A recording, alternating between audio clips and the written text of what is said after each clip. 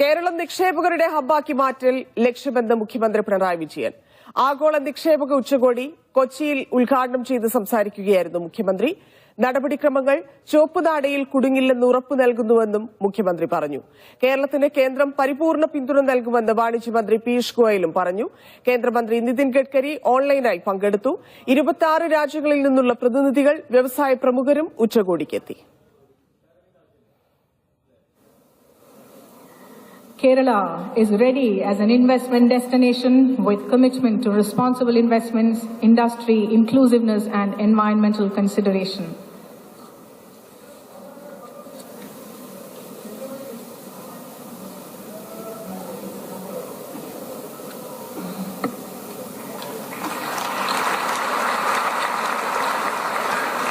It's a pivotal moment in Kerala's history as the Honorable Chief Minister of Kerala, Shri Pinarayi Vijayan, inaugurates the Invest Kerala Global Summit 2025,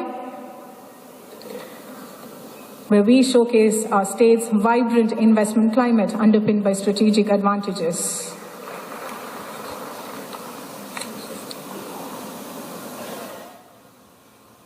Let me also state that we take criticisms in our stride and try to understand what remains to be done in our march forward and making Kerala an investment destination.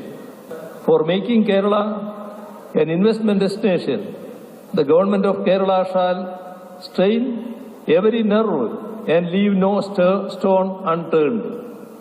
We have an end-to-end approach with a holistic perspective to implement our plan, not incrementally but substantially. This is a political platform. I have come to express the central government's solidarity and full support to Invest Kerala. Today, the entire country is working with the spirit of cooperative federalism. We are working with the spirit of collaboration, and of course there must be some competition also. But that is the strength when every state in the country works A, hand in hand with the central government, B, in competition with their peers, with the other states.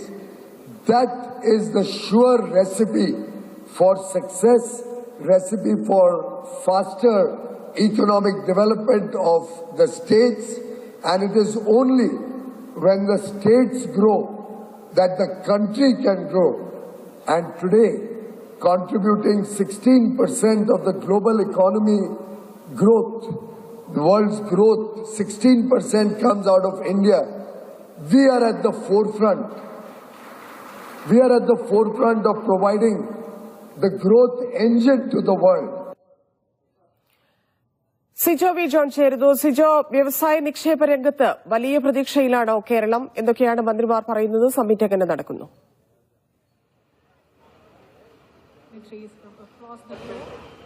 കേരളത്തിന്റെ വാണിജ്യ വ്യവസായ രംഗങ്ങളിൽ ഉൾപ്പെടെ വലിയ നിക്ഷേപത്തിന് സാധ്യത തുറക്കുന്നതാണ് ഈ ഉച്ചകോടി.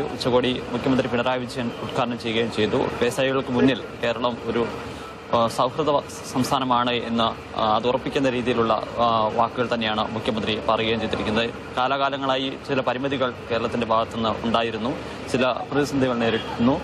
ഈ വ്യവസായം തുടങ്ങുന്നതിന് ചില ബുദ്ധിമുട്ടുകൾ ഒക്കെ സംരംഭകർ ഒക്കെ നേരിടുന്ന ഒരു സാഹചര്യത്തിലേക്ക് പോവുകയും ചെയ്യുന്നു. പക്ഷേ കേരളം മാറുകയാണ്. ഇനി മുതൽ കേരളം ഒരു വ്യവസായ സൗഹൃദ അന്തരീക്ഷത്തിലേക്ക് കൂടുതൽ കടന്നു പോകുന്ന ഒരു സാഹചര്യത്തിലേക്കാണ് പോകുന്നത്. അതിനുള്ള എല്ലാ കാര്യങ്ങളും കേരള സർക്കാരിന്റെ ഭാഗത്തുനിന്ന് ഉണ്ടാകുമെന്ന് അദ്ദേഹം ഉറപ്പ് നൽകുകയും ചെയ്തിട്ടുണ്ട്. വ്യവസായ സംരംഭങ്ങൾ തുടങ്ങുന്നുണ്ടെങ്കിൽ അത് വേഗത്തിൽ തുടങ്ങുന്നതിനുള്ള നടപടികൾ ഉൾപ്പെടെയുള്ള കാര്യങ്ങൾ ഇനി ഒരു ചുവപ്പുനാട് ഉണ്ടാകില്ല എന്നുള്ളൊരു കാര്യം അദ്ദേഹം ഉറപ്പ് നൽകുകയും ചെയ്തിട്ടുണ്ട്. എന്തായാലും വലിയ ഒരു സ്വീകാര്യതയാണ് ഈ ഉച്ചകോടിക്ക് തുടക്കം മുതൽ തന്നെ ലഭിച്ചുകൊണ്ടിരിക്കുന്നതെന്ന് എടുത്ത് പറയേണ്ടതുണ്ട്. കാരണം വിവിധ രാജ്യങ്ങളിൽ നിന്നുള്ള പ്രതിനിധികൾ, 26 രാജ്യങ്ങളിൽ നിന്നുള്ള പ്രതിനിധികളുണ്ട്, നിരവധി വ്യവസായ പ്രമുഖരുണ്ട്. അവർ ഉൾപ്പെടെ ഈ ഉച്ചകോടിയുടെ ഭാഗമായി പങ്കെടുക്കുകയും ചെയ്യുന്നുണ്ട്. ഈ ഉദ്ഘാടന പരിപാടികൾക്ക് ശേഷം വിവിധ സെഷനുകൾ നടക്കുന്നുണ്ട്.